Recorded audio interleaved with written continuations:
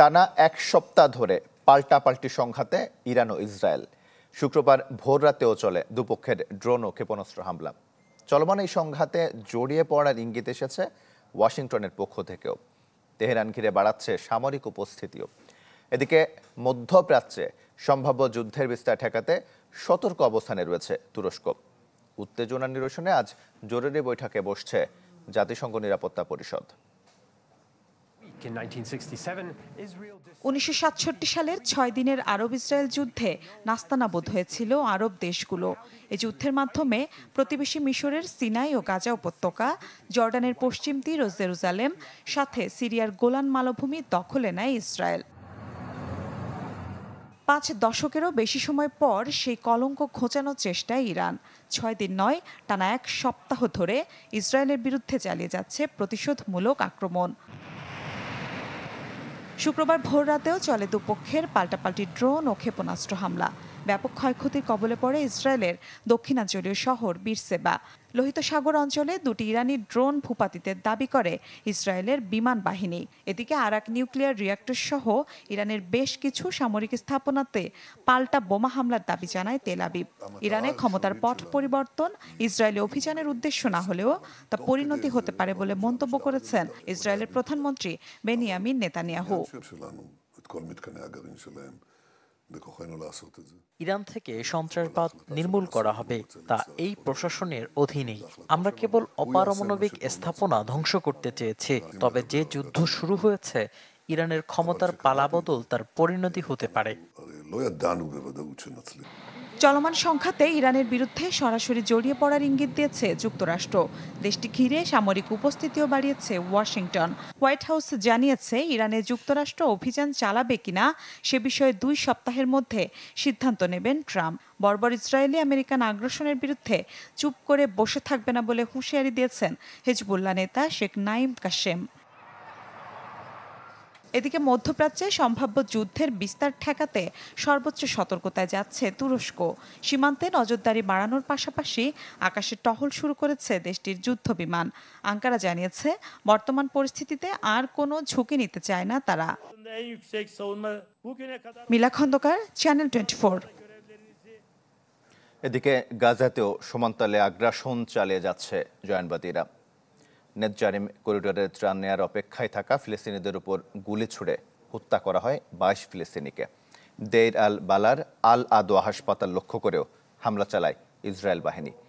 বৃহস্পতিবার ভোর থেকে দিনভর ইসরায়েলি আগ্রাসনে ঝরে অন্তত 84 ফিলিস্তিনির প্রাণ। গাজা সিটি ও উত্তরাঞ্চলে 59 জনের মৃত্যুর খবর পাওয়া গেছে। মধ্য গাজার মাঘাজি শিবিরে এক পরিবারের স্বামী স্ত্রী সহ 10 জন নিহতের কথা জানিয়েছে ফিলিস্তিনি বার্তা সংস্থা ওয়াফা।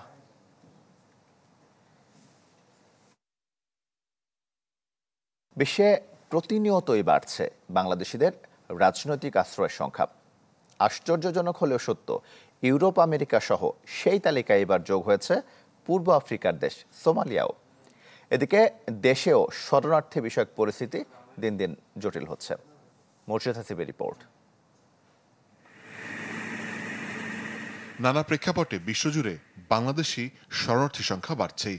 জাতিসংঘের শরণার্থী সংস্থা বলছে, গেল বছরে বিভিন্ন দেশে 28,473 বাংলাদেশি শরণার্থী হিসেবে নিবন্ধিত হয়েছে। আবেদন করেছিল প্রায় 1,08,131 বাংলাদেশি। অবশ্য সিংহভাগেরই গন্তব্য ইউরোপ ও আমেরিকার দেশগুলো। তবে চমকপ্রদ তথ্য মিলে পূর্ব আফ্রিকার দেশ সোমালিয়াতেও 6 বাংলাদেশি শরণার্থী হিসেবে নিবন্ধিত হওয়ায়।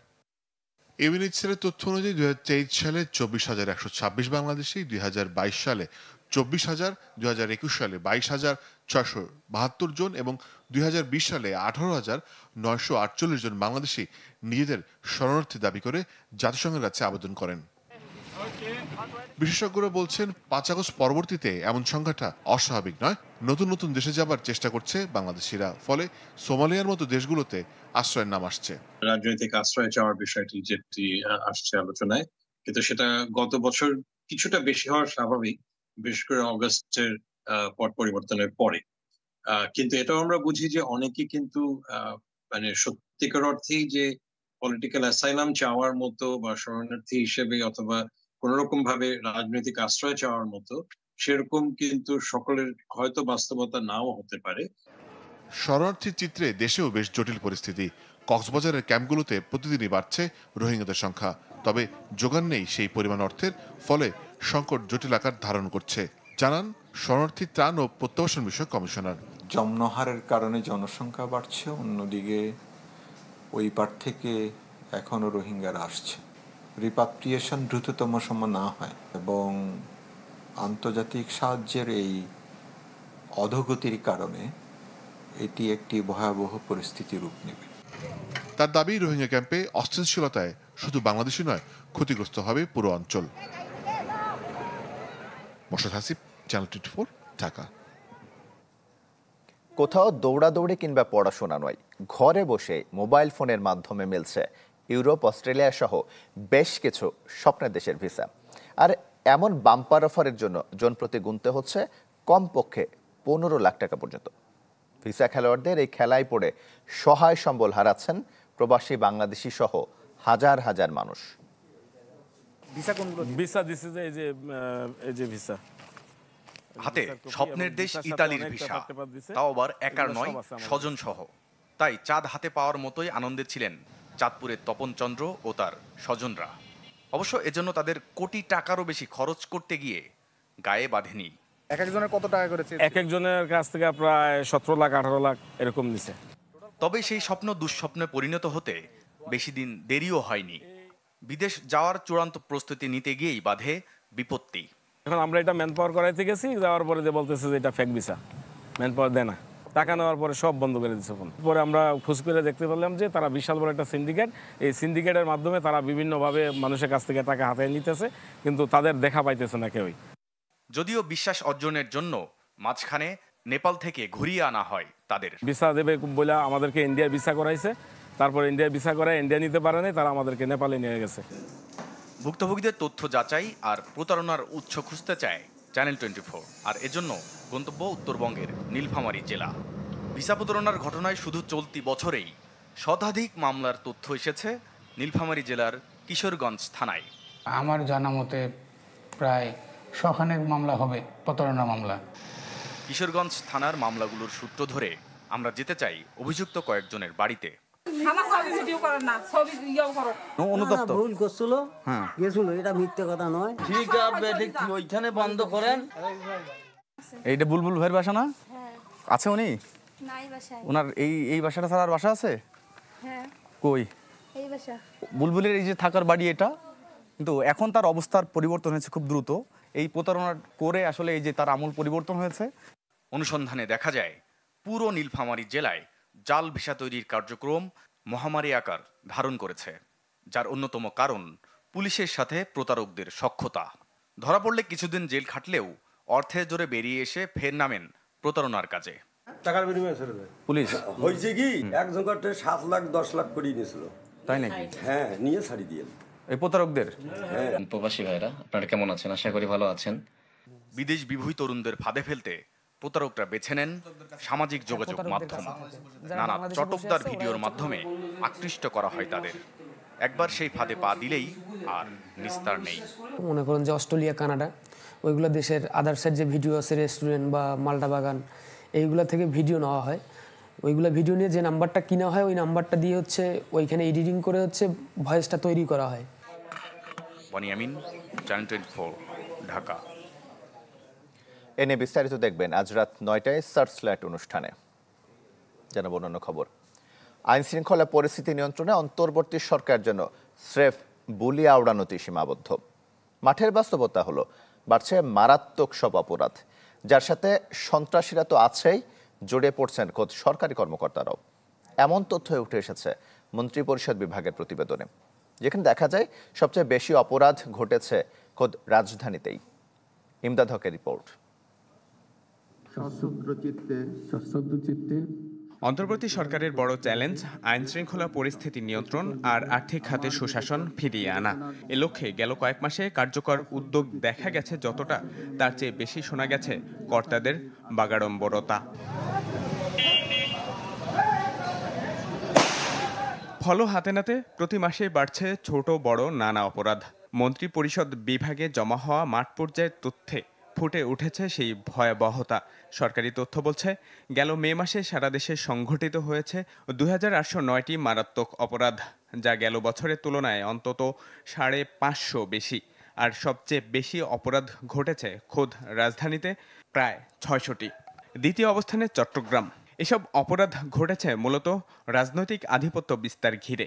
এর মধ্যে রয়েছে খুন, ধর্ষণ, জমি দখল, ছিনতাই, চুরি ডাকাতির মতো ঘটনা। অপরাধে জড়িয়ে পড়ার প্রবণতা বেড়েছে খোদ সরকারি কর্মকর্তাদেরও। তথ্য বলছে, গেল মাসে জমা পড়ে মাঠ প্রশাসনে কর্মরতদের বিরুদ্ধে 200রও বেশি অভিযোগ, যেখানে গুরুতর অপরাধের সংখ্যা 44টি। বস্তুগত প্রাপ্তির আকাঙ্ক্ষা, প্রতিযোগিতা এটা আছে, এবং সাথে সাথে যদি জবাবদিহিতার অভাব থাকে, আইনের শাসনের সঠিক প্রয়োগ না থাকে, এবং রাষ্ট্রীয় পর্যায় থেকে যদি এটার যে চেক পয়েন্টগুলো, ভিজিলেন্সগুলো খুব শক্তভাবে না থাকে, তাহলে এই প্রবণতা তো বাড়বেই। কারণ মানুষের সহজাত প্রবৃত্তিই হচ্ছে এক ধরনের বিপদগামী হওয়া। প্রতিবেদনে উঠে আসে ফৌজদারি মামলার বিষয়টিও। গেল বছরের একই সময়ের তুলনায় যা বেড়েছে 32,000-এরও বেশি। গেল আগস্টে ক্ষমতার পট পরিবর্তনের পর অপরাধে সক্রিয় হয়ে ওঠে একটি পক্ষ, যারা ব্যবহার করছে রাজনৈতিক ব্যানার। এর ফলে সামাজিক আইনশৃঙ্খলা পরিস্থিতির অবনতি হচ্ছে, যেমন তেমনি বাধাগ্রস্ত হচ্ছে পণ্যের সুষ্ঠু ব্যবস্থাপনা। এর ফলে শঙ্কা রয়েছে ক্রমবর্ধমান নিম্নমুখী মূল্যস্ফীতি উস্কে যাওয়ারও। ইমদাদ হক, চ্যানেল 24, ঢাকা। বরগুনায় ডেঙ্গু রোগের প্রাদুর্ভাব ভয়াবহ রূপ নিয়েছে। প্রতিদিনই বাড়ছে নতুন নতুন রোগী। রোগতত্ত্ব গবেষকরা বলছেন, এখানকার ঘরে ঘরে এডিস মশার চাষ, সেজন্য অসচেতনতায় দায়ী। আর মশা বাড়ার জন্য প্রশাসনকে দোষছে স্বাস্থ্য বিভাগ, যদিও যথাযথ পদক্ষেপ নেয়ার দাবি প্রশাসনের। বরগুনার পৌর শহরের থানাপাড়া এলাকার বাসিন্দা উদ্যোক্তা মোনালিসা জেরিন গেল 6 জুন ডেঙ্গু জ্বরে আক্রান্ত হয়ে মৃত্যু হয় তার। যদি ডাক্তারের কাছ থেকে প্রপার ট্রিটমেন্ট বা আমরা টাইমলি সকল কিছু সেবা পাইতাম, বা আমার রোগী যে এমার্জেন্সি এটা তারা বলতো, এখান থেকে রেফার করতো, আমি মনে হয় যে আমার রোগী আসলে মানে এরকম আমার এই দিন দেখতে হতো না। মোনালিসার মতো ডেঙ্গু জ্বরে আক্রান্ত হয়ে বরগুনার 250 শয্যার জেনারেল হাসপাতালে প্রায় 200 রোগী ভর্তি রয়েছে। রোগী ও স্বজনদের অভিযোগ, পৌর এলাকার নোংরা পরিবেশ ও হাসপাতালের চিকিৎসা সেবা ঠিকভাবে না পাওয়ায় দিন দিন ডেঙ্গু বাড়ছে। সারাদিন ওই যে সকালবেলা আসে ডাক্তার, তাছাড়া আর আসে না। এখানে আসলেই হচ্ছে কি দেখায় দেয়, হচ্ছে স্লিপ ধরায় দেয়, বাইরে থেকে সবকিছু কিনা লাগে। বিএটিসির এখান থেকে খাল আছে না, ওখান থেকে খালের পারে পারে মশা করে ওষুধ দেয়। আর ডিরেন তো পিছন সাইড দিয়ে আর কি দেওয়া হয় না। রোগতত্ত্ব গবেষকরা বলছেন, এডিস মশা প্রতিরোধে সচেতনতার অভাব রয়েছে। এই এলাকার মানুষজন কিন্তু মানে মৎস্য চাষের মতো করে মশা চাষ করছেন। আমার ঘরে যে মশার আবাসস্থল আমি তৈরি করে রাখছি, সেটা যদি আমি পরিষ্কার না করি, তাহলে এই অবস্থা থেকে পরিত্রাণের আসলে খুব বেশি মনে হয় না যে আমার পক্ষে এটা খুব বেশি সম্ভব হয়ে উঠবে। প্রশাসন জানায়, এ বিষয়ে সবাই সতর্ক হতে হবে। সচেতনতা এবং ডেঙ্গুর প্রজনন রোধ করতে না পারা অথবা আশানুরূপ পৌরসভার যে কাজগুলো সেগুলো করতে না পারা, পূর্বেই যদি আমরা প্রস্তুত থাকতাম তাহলে এতটা আক্রান্ত হতো না। গবেষণা দল তারা দেখেছেন যে 95% লার্ভা মানুষের বাড়িতেই আছে, এবং এটা একমাত্র মানুষের অসচেতনতার জন্য দায়ী। যত দ্রুত মানুষ এই বিষয়টা অনুধাবন করতে পারবে, ততই আমরা আমাদের যে ডেঙ্গুর যে জ্বরের কিংবা এডিস মশার যে প্রাদুর্ভাব, এটা থেকে আমরা নিজেদেরকে রক্ষা করতে পারবো। সরকারি হিসাব মতে চলতি বছরে এ পর্যন্ত বরগুনায় 2000-এর বেশি ডেঙ্গু রোগী শনাক্ত হয়েছে।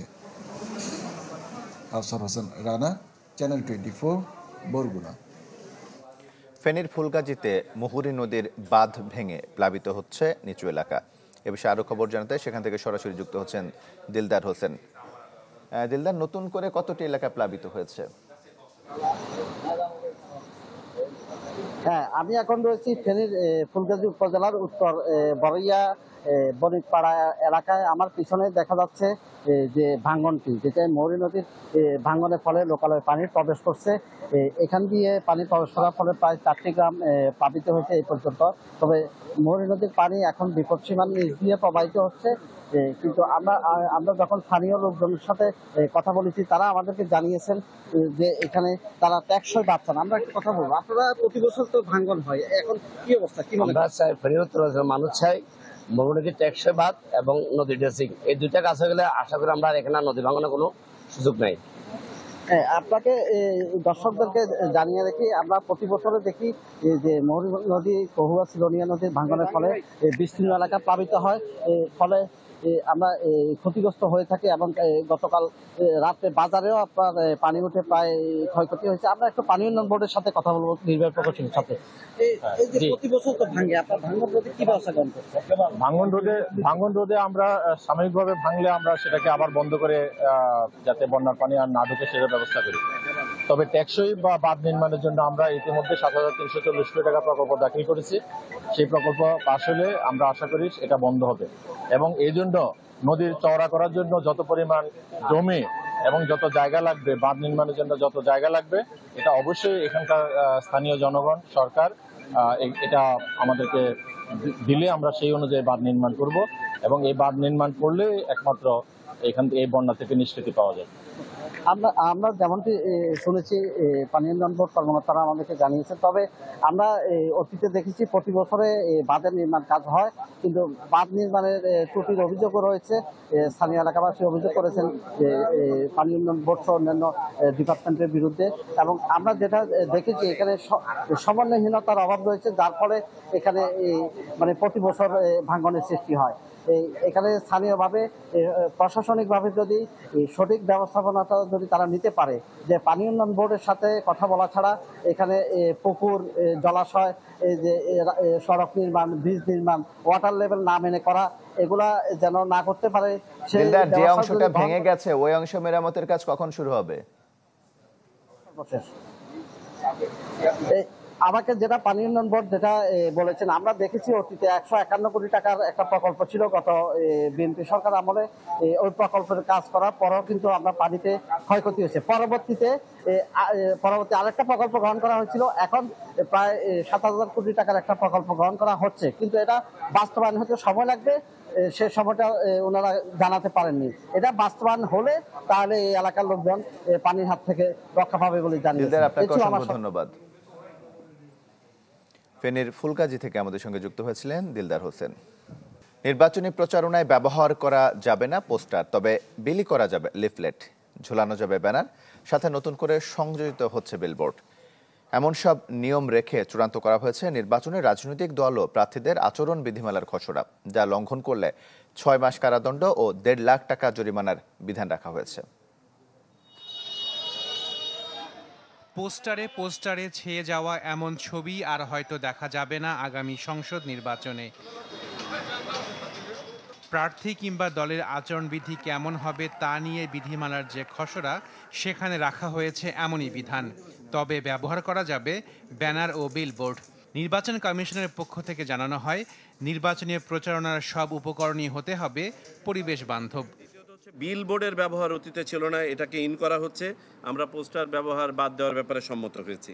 ভোটার স্লিপ ইন্ট্রোডিউস করার ব্যাপারে একটি সিদ্ধান্ত হয়েছে। আমরা আগে যেমন শব্দের মাত্রার উপরে কোনো ছিল না, সেটাকে আন্তর্জাতিক যে মান আছে 60 ডেসিবল, সেটাকে ইনকর্পোরেট করা হয়েছে। কোনো শিক্ষা প্রতিষ্ঠানে পরিচালনা পর্ষদের সভাপতি বা সদস্য হিসাবে যদি কোনো প্রার্থী যখন প্রার্থিতা লাভ করবেন, তার আগেই তাকে পদত্যাগ করতে হবে।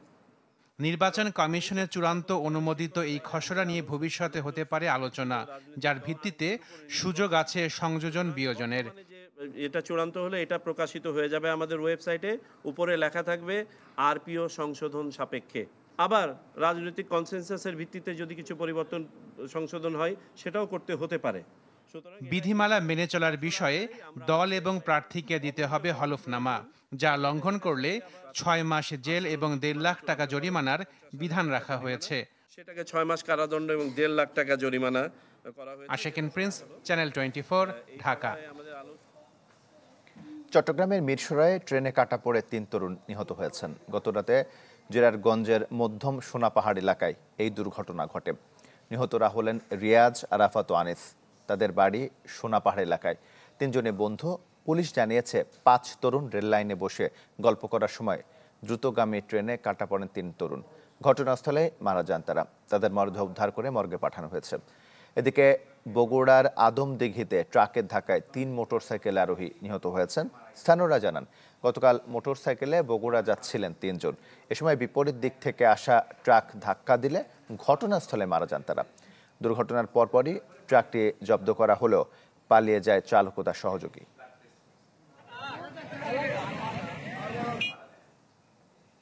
কুমিল্লায় আইনশৃঙ্খলা বাহিনীর অভিযানে মাদকসহ আটকের পর জুয়েল শেখ নামে এক বিএনপি কর্মীর মৃত্যুর অভিযোগ উঠেছে।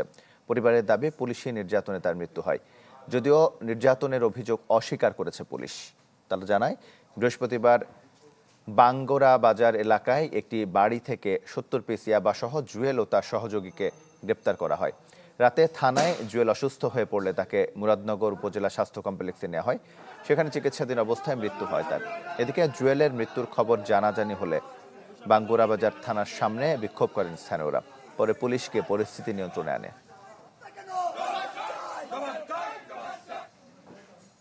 সরকারের আনুষ্ঠানিক ঘোষণা না এলেও এনসিটি পরিচালনার জন্য প্রস্তুতি নিতে শুরু করেছে চট্টগ্রাম বন্দর কর্তৃপক্ষ।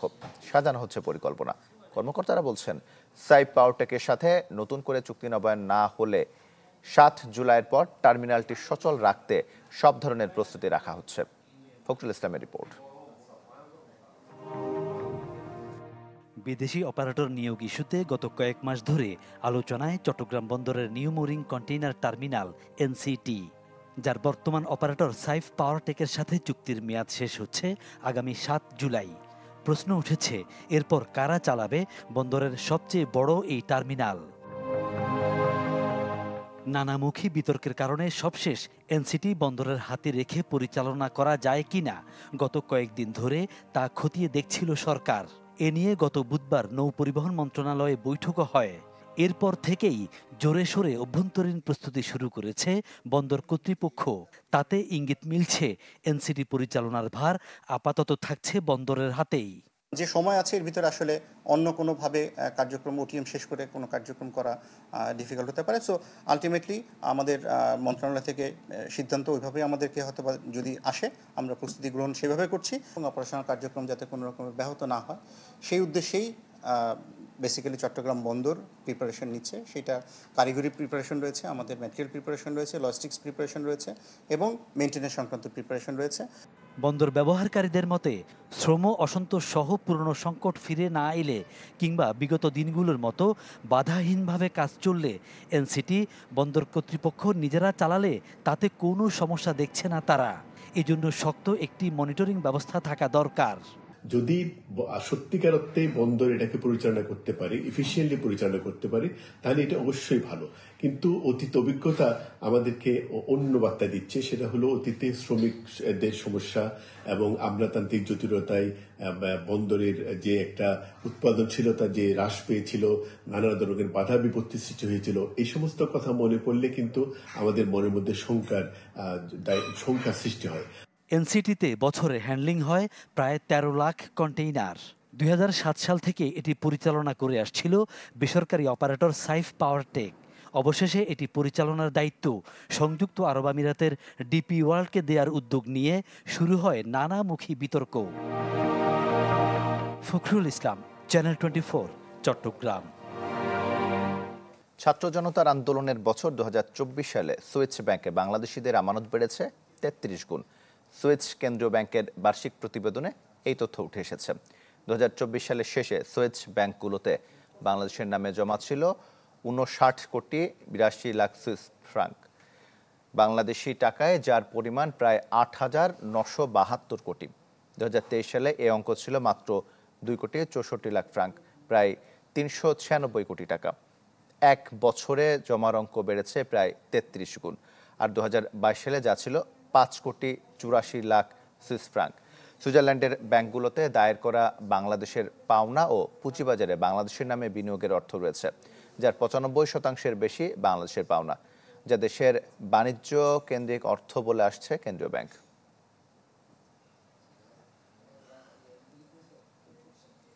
বাংলাদেশের ব্যাংক খাতের সংস্কার ও স্থিতিশীলতায় $50 কোটি ঋণ দিচ্ছে এশীয় উন্নয়ন ব্যাংক এডিবি। বৃহস্পতিবার ফিলিপিন্সের ম্যানিলায় সংস্থার প্রধান কার্যালয়ে এই ঋণের অনুমোদন দেওয়া হয়।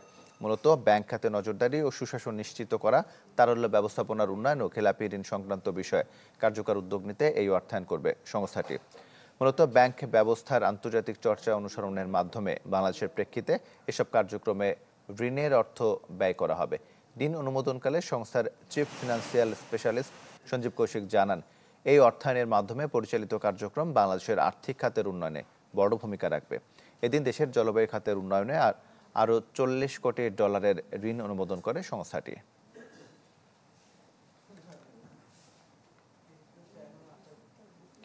বাংলাদেশে গ্যাস সরবরাহের উন্নয়ন ও বায়ু দূষণ মোকাবেলায় $64 কোটি ঋণ দিচ্ছে বিশ্বব্যাংক।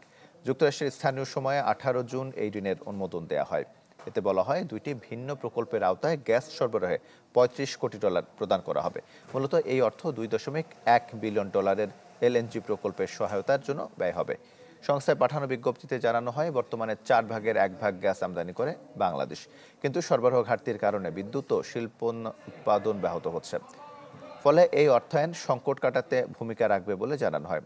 এদিন বায়ুর মান উন্নয়নে আরও $29 কোটি ঋণ দেওয়ার কথাও জানায় সংস্থাটি, যার মাধ্যমে পরিবেশ অধিদপ্তরের আওতায় বায়ু দূষণ পর্যবেক্ষণ আরও শক্তিশালী করতে মনিটরিং স্টেশন স্থাপন করা হবে।